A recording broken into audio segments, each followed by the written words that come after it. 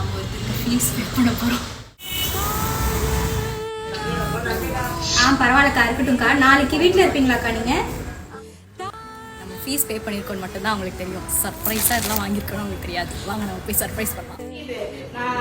அவனுக்கு fees pay பண்ணேன்.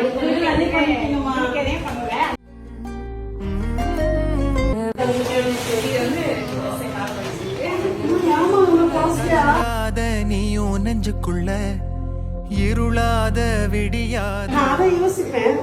இது வாங்குற செலவு வேற பசங்க வாங்குறாங்க அப்படி யோசிச்சு இது உண்மையாவே எனக்கு யூஸ்ஃபுல்லானது.